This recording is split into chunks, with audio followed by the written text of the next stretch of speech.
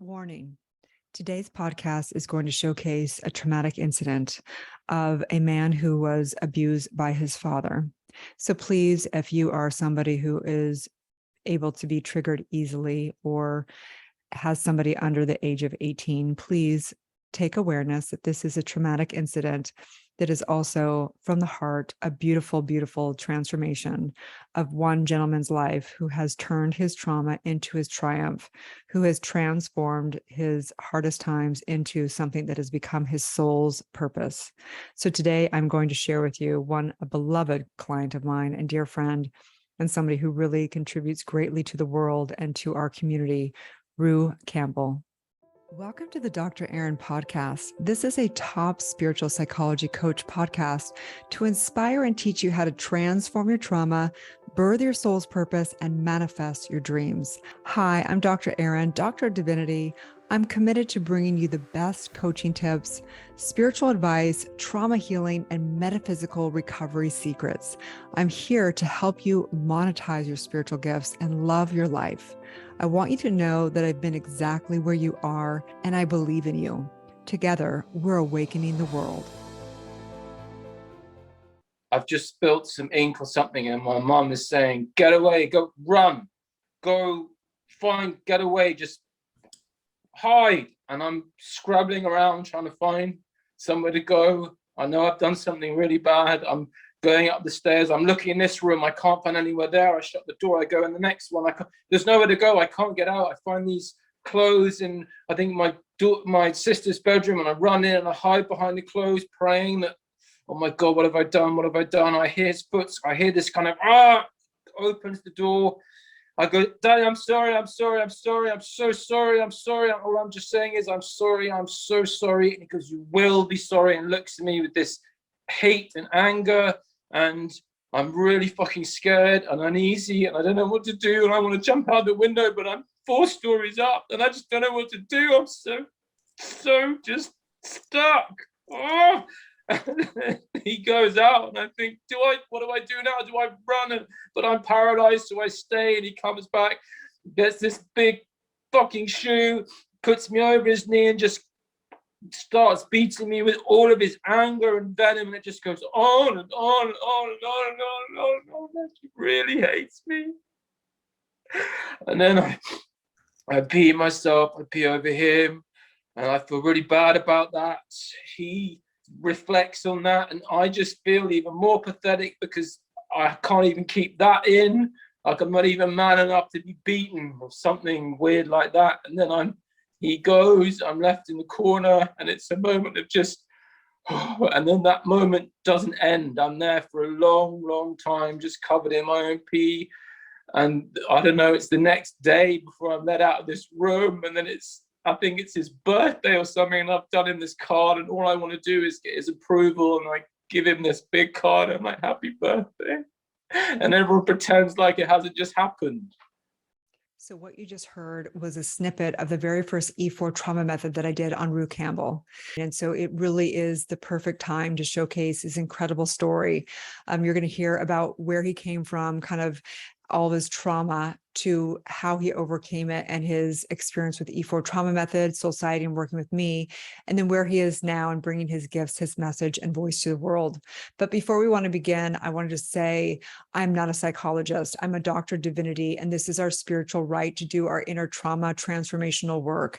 But if you're at home, please seek medical help or professional help. Please do not try and do your trauma work without getting certified or accredited or working with a professional, okay? So sit back and enjoy this profound interview. Man, oh man, I don't even know where to begin. I began my day in tears as I began to get prepared for this interview. I would say I haven't even had the interview yet, and I feel like this is my favorite interview ever because today I'm having one of my dear clients and friends and peers and leaders in our industry now, Ruu Campbell, who has come into my life and really blessed me with all of his relative experiences, his trauma and his heart and his sound and his music and his friendship. And I could go on and on and on. So Ruu, I'm so excited to dive deep today of having you really take the audience through what it was like to be beat as a child by your father, by your family. And what that experience was from a virtual share, going through the process of healing and where you are today. So first, I just want to say, hi, how are you? I'm so excited you're here.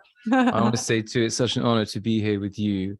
I think I was reflecting on my journey with you yesterday, and I think I came up with a sentence of, I've learned more from you than any other human being on the planet.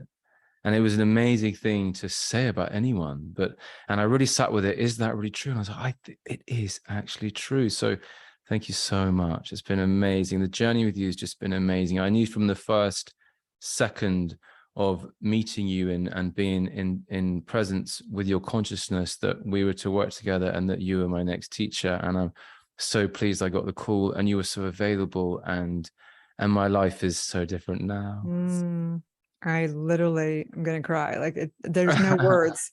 And we could go into, like, I could talk to you for hours about all this because I could just go off of that one conversation forever, because life has blessings and really hard things.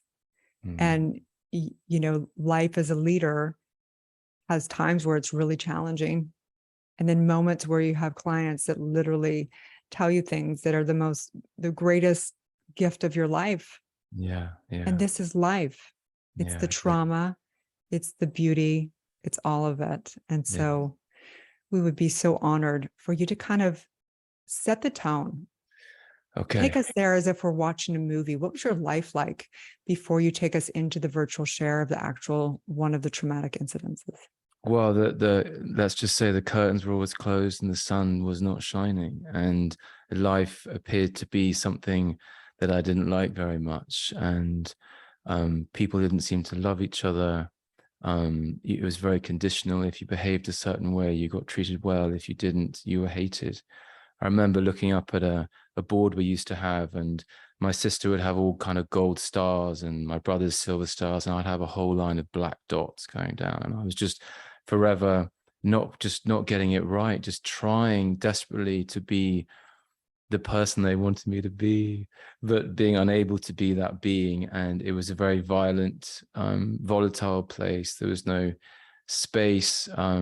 It was quite weird actually, because my father was quite naughty, so we were often we'd be moving house without really knowing it, and I'd have to have another name, and it was all really confusing. So the whole thing was just really confusing. So tell me, where were you born? And I was born in Shropshire, Shrewsbury, and then, which is in the middle of England, sort of on the west side. And then my mum was kind of, you know, quite la-di-da, and my father was sort of the opposite. And they eloped and they ran away together, and they had children really young, and they admitted to me later they was just sort of living an image of what they thought they should be. And which is really beautiful. And then we moved to London when I was 4 years old. And then I think in my father's pursuit to be good enough, I think he overextended himself a lot and bought loads of property, and then got in trouble with the law, and it all kicked off. And at one point my mum's hair fell out and her nails fell out, and he was in prison, and it was all, they were doing their best, but it was an intense time. Wow. Okay. So here you are, you're in England, you've moved to London. You have older siblings? Yeah, I have an older sister and two younger brothers, but I was always like the eldest son. I was the heir to nothing, as it turns out. But you know, I was the one that was always in trouble for everything everyone else did, and I was the responsible one, kind of thing. That was the role I was supposed to fulfill. Okay, and this was a dysfunctional family, if you will. So, take us there. Take us to a traumatic incident. I want you to take it through almost like an E4 in a virtual share. Okay, so take me there. Let's just take a breath together, everyone. And I just want to set the tone that the reason why we're doing this is really to help one person out there. Maybe there's one person you know, or maybe you've gone through, you know, some really intense trauma. And we're doing this so that you can know the level of trauma that someone can go through, and the blessing and the purpose and calling that comes out of this. So Ruu, let's just take a deep breath together. And exhaling out. Take me there. I am, firstly, I'm looking at my front door and I'm willing that I don't have to go through it, but I do have to go through it. And so I'm somewhere I don't want to be, but I'm 7 years old, or I'm a young boy, and I've just spilt some ink on the floor. And I'm, Mummy, I've spilled ink on the floor. What do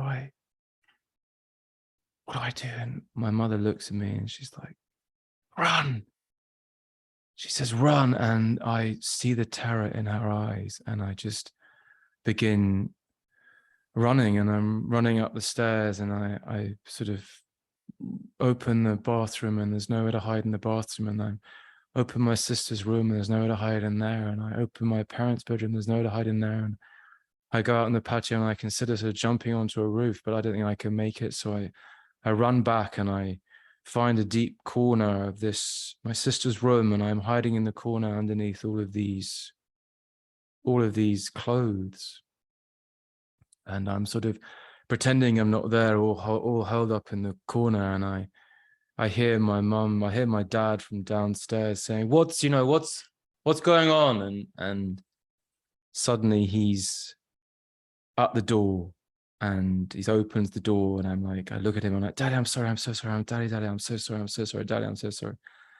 And he looks at me and he says, you will be. And he then shuts the door again, and I hear him going next door, and he's gone to the room, and he comes back with a huge gym shoe, and he grabs me, I think could be even by the hair, and he puts me over his knee, and he begins beating me with such a force, he's really going at it. And I feel a sense of warmth as he's beating me, and I realize that I've urinated all over myself and him. And then he sort of gets up or looks at me disgusted, and sort of discards me into the corner, and I'm left in the corner sort of underneath these clothes, and I'm left there all that day. It was it happened in the early morning, and I was there all that day, and then all that night, and then all the next day without anyone coming in or food or anything. And then I was let out that day because I'd drawn my father a birthday card, and it was his birthday. Ruu, what did you decide? What were the commands? You know this work so well, and someone listening in, that there's commands that happen. What were those commands that you decided about yourself? The biggest one, that I am bad, that I am weak, that I hurt people I love, that I'm unworthy, that I'm undeserving, that life is hard, that I'm a disappointment. Mm-hmm. And go ahead, sorry. Mm-hmm. And more recently, I've realized, thanks to your help, that beneath the I am bad command was, I'm not the person you want me to be. Mm-hmm. And that's been the biggest breakthrough for me in my present relationship with my wife. Mm-hmm. So good. So I want you to explain the commands, because you know this work. We've been doing this work for a long time, and you've done lots of trauma sessions and lots of past life trauma sessions and lots of all different things. Yeah. Those commands, as we know, for anyone listening in, the commands end up actually myelinating the epigenetics and actually like strangulating the DNA. It also creates an engram in the neurological system, and it plays out in an actual command in the subconscious mind, tagging to negative charged on the mental pictures. Okay, that's a lot. But basically, bottom line is the commands play out like puppet strings. So tell us a little bit about how that was playing out in your life as a self-fulfilling prophecy. Well, I actually saw in a past life that I was given away as a really young boy, and so I internalized then a command that I am bad. So I came into this life with that command of I am bad, and so I drew this behavior from these two beautiful people who didn't harm my brothers or my sisters. It was just me. So I created that in that moment, and I really see my choice in that. So not only did I create the harm, as it were, in my family life, I then went on to, I sabotaged pretty much all the good that's ever happened because I'm undeserving. I'm not worthy. I have to fulfill the identity of being that little beaten boy who's left in the corner. So, you know, whenever something got too good or too amazing, I would unconsciously sabotage it, you know, and that became even the most evident that was with my deal with DreamWorks. You know, I got signed for $1 million and I never felt like I had the money. I sort of pretended it wasn't there. And it was a comment from my bookkeeper who said, Ruu, you know, this is your money. And I was like, I didn't even answer. I couldn't.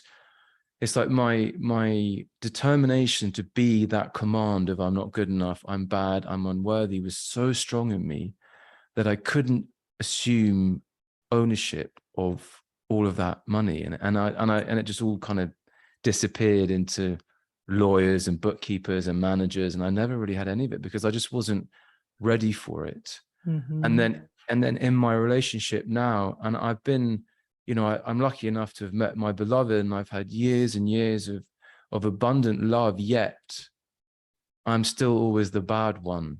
And I get pulled into victim abuser consciousness with her. If I'm not really sort of on it, I get pulled into being the one that's let them all down, you know. And maybe also I had all this promise, you know, I was quite a high achiever as a child, bizarrely, you know, I was a straight A student and quite gifted. And yet I was always disappointing everybody because, you know, I could never quite do it. So this is a very, very advanced conscious conversation here. And if you're listening in, please know that, you know, if you were abused or raped or whatever, it doesn't mean that you know, it's hard for people to get like you created that. And we want to acknowledge anybody listening in to say that, hey, you're not bad that you created this. But when you really deeply, deeply, deeply do the work, you do have the revelation of how it is all created in mind and how those limited beliefs set like a energetic.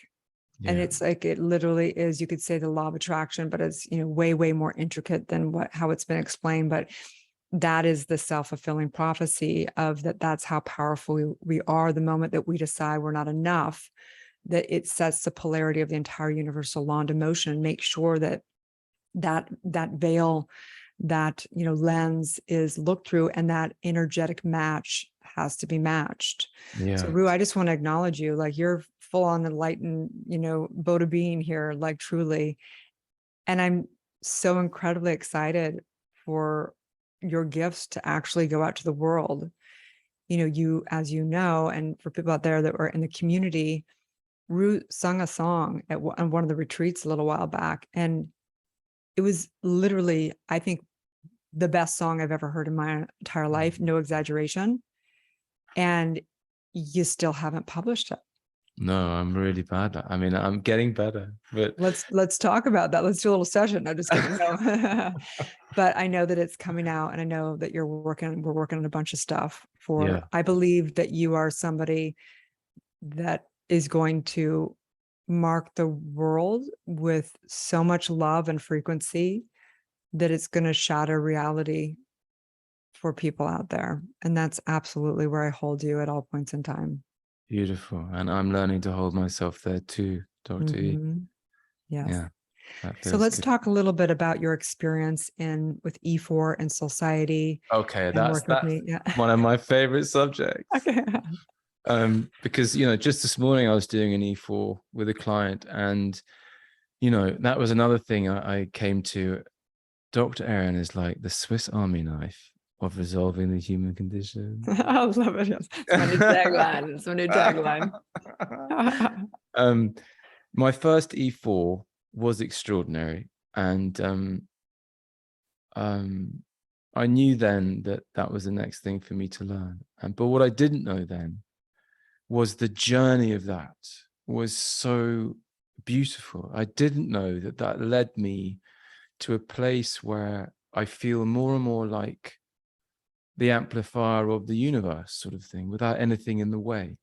And every E4 I've done, and I've done loads of them, you learn more about yourself, you learn more about consciousness.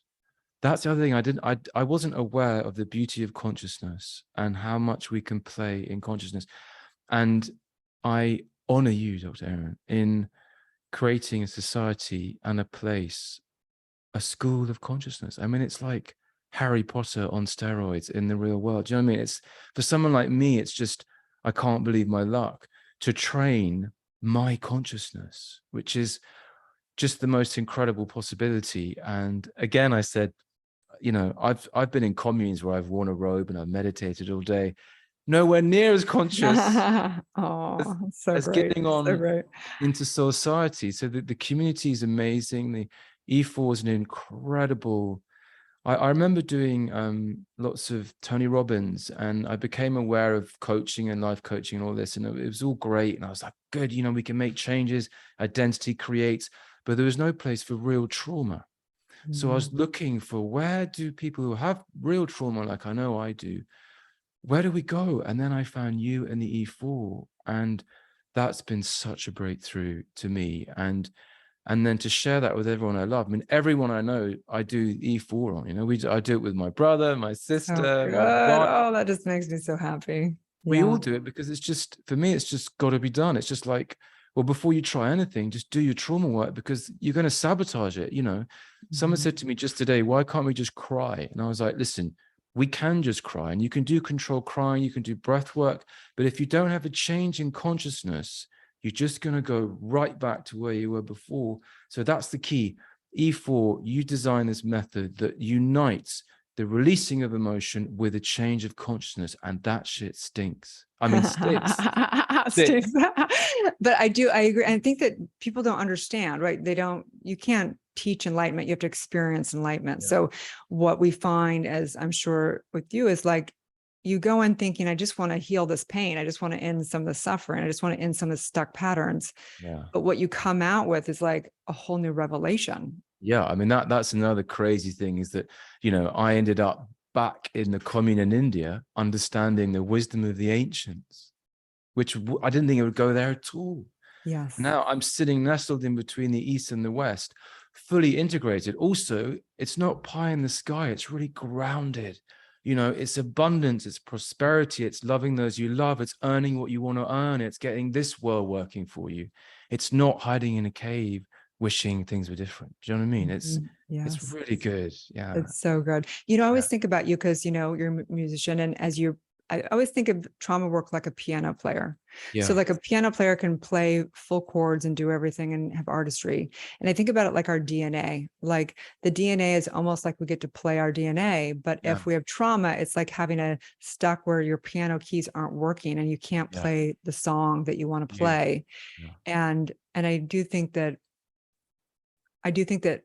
music is the highest frequency. It's the highest, most beautiful art on this planet, especially even voice is so beautiful.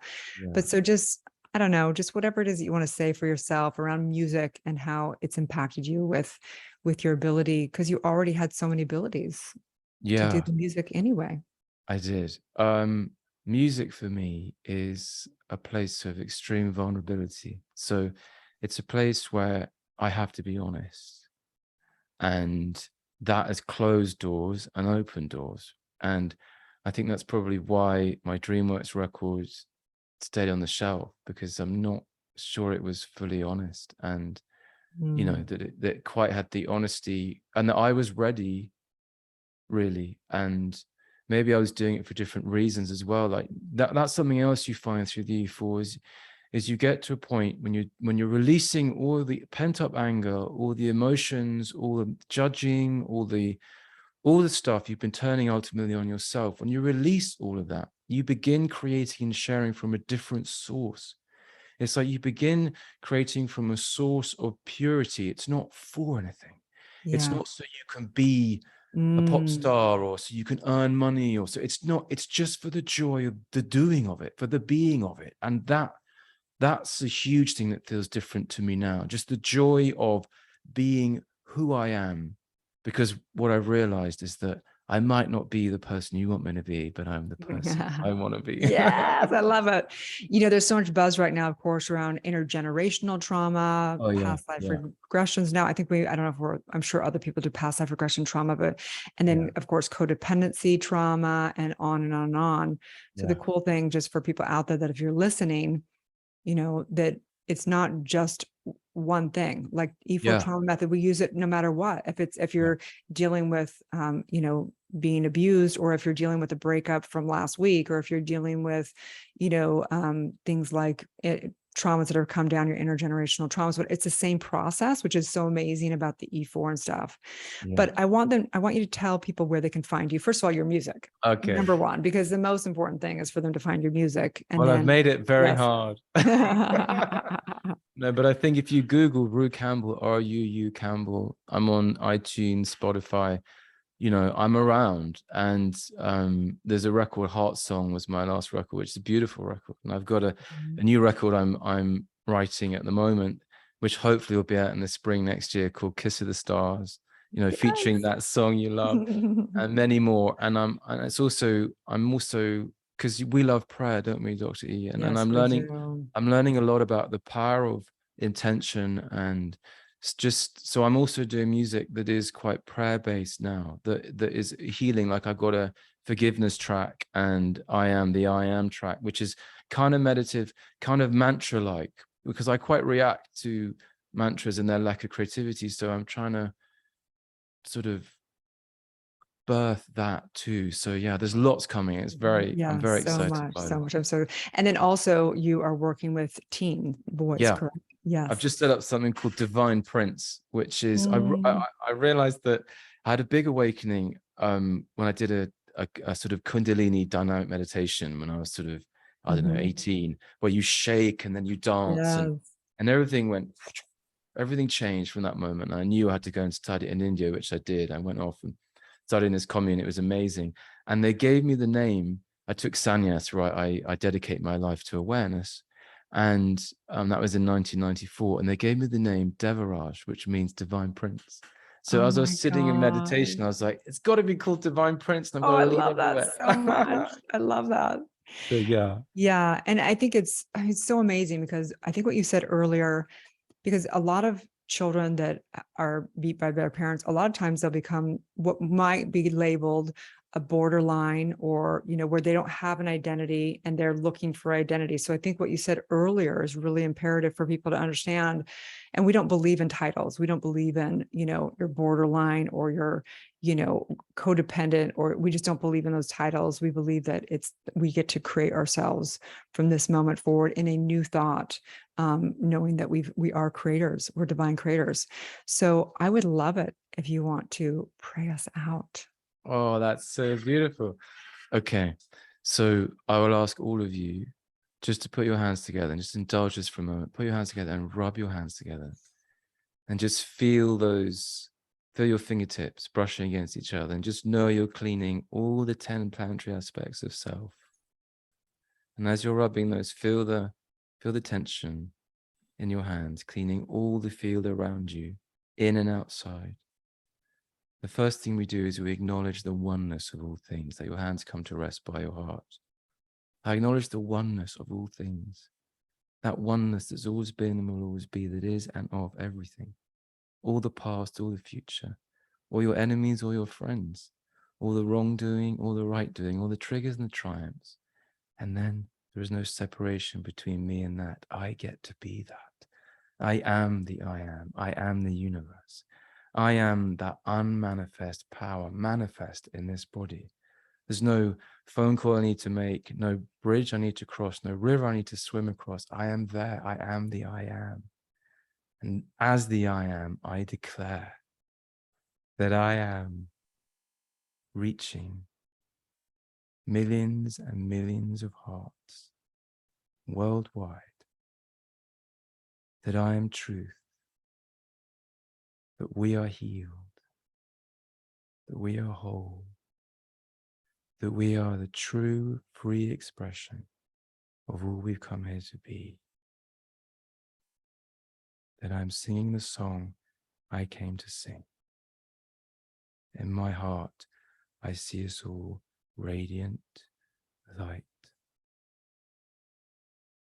warm, cherished, wanted, loved, held.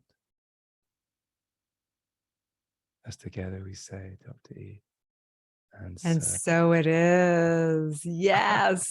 Oh my gosh, my heart is so full, so full. And I just want to say thank you from the community as well. You know, we have mostly women, as you know, and they're about 99% women. And we have amazing divine masculine in there as well. And I just want to say you add so much to, I mean, I don't think we've ever had somebody so many revered. Like, you are so revered in the community. It's really amazing. And I'm just so blown away by, you know, a spirit that could be abused by their father, how loving you are. And it's really, really profound. It's really beautiful profound. that in the E4 as well, you go back and you see who you are, you know, before all that. And I am just a really loving, sweet little boy, you know, just that means well for everyone. And you get to learn that about yourself. And maybe you distrusted yourself before, you know. Yes. And you girls are amazing, just so you know. Yeah, thank you. Thank you. So I just want to read one thing, because Rue kind of had to put in his story to come on here so that he could distill it down and stuff. And I was reading through all of it. I just want to read one thing for anybody out there, that if you are still going through some tumultuous times, maybe even being abused by your family. There was a time for Rue, and he had grown up in a very violent and volatile family. But there was a moment, he says in here. He was in Spain. He was about 10 or 11 years old. And his family was out kind of on the run, if you will. And in a moment, he walked up away from his parents. He walked out, I believe, which was out in the woods on a plateau, about 100 meters away from his family. And he sat there under the stars. And in that moment, he describes how he felt the bliss of his first time in his life. He felt that oneness. He felt that allness, that divine nature, the divine prince, if you will. And so we want to say that anybody's out there, that we see you, we're with you now. We're with you spiritually right now. And we know that when you're ready to heal, there are answers, whether it be through coming into Soulciété and getting trained, whether it be working through Rue, because he does work one-on-one as well. And wherever that is, we know that Spirit's going to guide you perfectly to the perfect place, the perfect community, and the perfect healing modalities. We love you. We love you. Yes, we love you. Thank you, Rue, for sharing your heart and your life. Oh, thank you, Dr. Erin. Thank you so much. Really. Bless you. Okay, you guys, you can find Rue. Why don't you tell them where you can find him again? It's just Rue Campbell on social media as well. Yeah, Ruu Campbell, and at Ruu Meditations on Instagram, and Ruu.world on, you know, for my website. Okay, cool. So it's RUU and then Campbell. Yeah. Yes. Okay, you guys, have a so blessed day, and may you live your truth. May you live your truth. Yes. Let's do this. Let's do this. Okay, amazing. You hold the sun, I'll hold the moon, give our smiles to the rivers flowing through. Be there for my love, and then watching as your face rises above it all, embracing all the things in your heart, all the smiles in your heart, all the struggle, every step along the path in your heart, turning all the cold towards your soul. No one knows how hard it is you fall, digging from the gold mine of it all.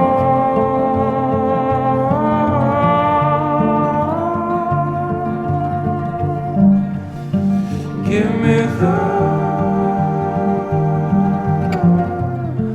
like this never felt before. Give me love so full can't be anymore.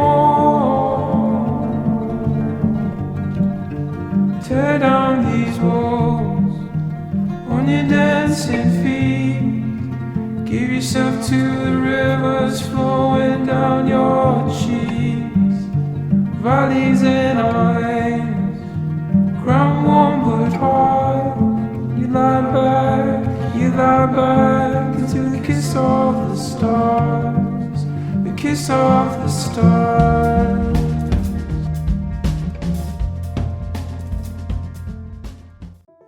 Thank you for tuning into the Dr. Erin podcast. If you're ready to reprogram your subconscious mind, transform your trauma, and birth your soul's calling, or if you're ready to become an accredited certified spiritual psychology coach and E4 trauma method facilitator and get trained in spiritual psychology, universal law, intergenerational trauma work, past life regression work, metaphysics of mind, and so much more, go to Soulciété.com or drerin.tv. If you're receiving value from the show, I would love it if you share it with a friend and give it a 5-star review. Also, you can join me in one of my live free trainings. You can find it right on the website as well, or in my bio link across all social media. I'm drerin.tv across all platforms, DRERIN.tv. Have a beautiful day, and may you live your truth.